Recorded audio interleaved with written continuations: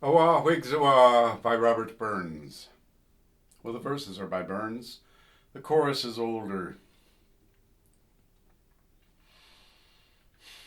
Away whigs away. Our ancient crowns fallen in the dust. Now, the Whigs supported the ascension of the Hanoverian line in 1714. And two Jacobite rebellions were fought against this, 1715 and 45 and 6. They failed, but for Burns, this was symbolic of Scottish nationalism, and he wrote a number of Jacobite songs, which were published anonymously because he was working for the British Crown as an exciseman, a tax assessor. Our ancient crowns fallen in the dust. Deil, blin them with the stoure, devil blind them with the cloud of dust. And write their names in his black book. May the devil write their names in his black book, who gave the Whigs the power of it, of the crown. Wauken is wauken and maukin is rabbit. Let's go. Awa whigs awa, awa whigs awa, ye're but a pack of traitor louns yielding good at all. Our thrissles flourish fresh and fair, and bonnie bloomed our roses. The Whigs come like a frost in June, and wither'd our posies. Awa whigs awa, awa whigs awa, ye're but a pack of traitor louns yielding good at all. Our ancient crowns fall in the dust, Deil blend them with a stoure, and write their names in his black book, Bucky the Whigs the poor out. Awa whigs awa, awa whigs awa, ye're but a pack of traitor louns yielding good at all. Our sad decay in church and state, Surpasses my descriving. The Whigs come o'er us for a curse, and we ain't done with thriving. Awa whigs awa, awa whigs awa, ye're but a pack of traitor louns yielding good at all. Grim vengeance long has ta'en a nap, but we may see him walking. Good help the day when royal heats are hunted like a maukin. Awa whigs awa, awa whigs awa, ye're but a pack of traitor louns yielding a good at all.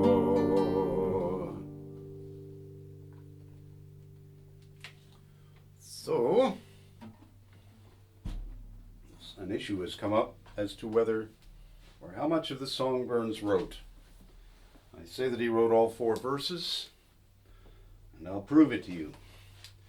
There was an edition of the Scots Musical Museum. They reprinted the original Catch Club edition in facsimile, which is quite wonderful, in 2018. And there's a volume of notes and appendices, edited by Murray Pittock. This has been very useful to me. There are a lot of textual transcriptions from alternate manuscripts and so on, and particularly locations of manuscripts. I've been able to locate, contact some libraries and get manuscripts of the songs. This does not have a manuscript, for good reason, because Burns would have lost his job if he discovered he wrote it. Anyway, the editor here, Murray Pittock, declares that Awa whigs awa, Scots Musical Museum number 263, published 1790, is almost certainly older and not by Burns.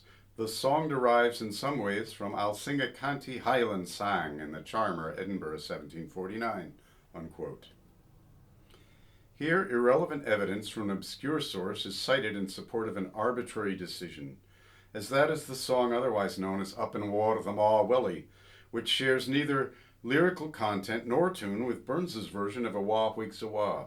The only available evidence of the older song is the chorus and a single verse not used by Burns found in David Hurd's manuscripts. Here's that. And when they came by Gorgie Mills, they licked all the mooter. The bannocks lay about there like bandoliers and pooder. Awa whigs awa, you better pack a lazy loons, you'll dine get a va. Burns's first verse. Our thrissles flourished fresh and fair and bonnie bloomed our roses, but whigs come like a frost in June, and wither'd our posies. Here we find the internal assonants, thrissles, whigs, wither'd, and alliterations that signify Burns's literary style, which runs clear through the four verses. These sound nothing like the remnant of the older piece, of which the dedicated collector Hurd was able to scrape up but one verse. Burns doubtless marked it as Mr. Burns's old words in his submission list to Volume 3 for the Scots Musical Museum due to his use of the chorus. But of course, this furious Jacobite piece, ending "Good help the day when royal heads are hunted like a maukin or rabbit," was published anonymously. Straddling his dividing line for canon inclusion, Piddock marginalizes Awa whigs awa into Category 5, heavily edited, or Category 6, lightly edited, which is out of the Burns canon, where Category 2, largely by Burns, or 3, significantly by Burns, would have been correct. This is a Burns song. This is also typical of the sort of cavalier, cursory, lazy way in which the canon assessments were approached in this edition. I'm writing a lot in my book about this, correcting the record, and including, lyrics credited to Burns that he didn't write. I'll do this in a future video. One of those is The Slave's Lament. Another is Highland Laddie, I believe it's called, or Highland Laddie. Yeah. Anyway, thank you for listening. Please subscribe to my channel. One more note. This setting of the tune is in James Oswald's Caledonian Pocket Companion of 1754 as Awa whigs awa, and it's also in James Aird's selection of tunes, which was published in the 1780s. These are Burns's two most used sources for melodies.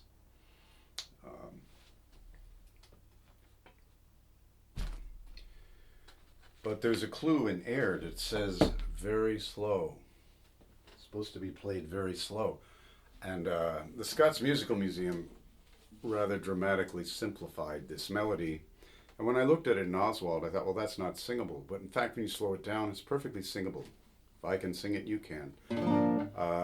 The editor of the Scots Musical Museum was a man named Stephen Clark from Durham, England, and he took it upon himself to correct the melodies of the great Scots tunesmiths such as Oswald, Neil Gow, William McGibbon. He was one of those mediocre people who needed to make it his own. Here's what he did with this tune. Awa whigs awa, awa whigs awa, here but a pack of traitor louns, you'll get at all. Our thrissles flourish fresh and fair, and bonnie bloomed our roses, but whigs come like a frost in June, and wither'd our posies. Nice of him to at least use the last phrase from the melody correctly.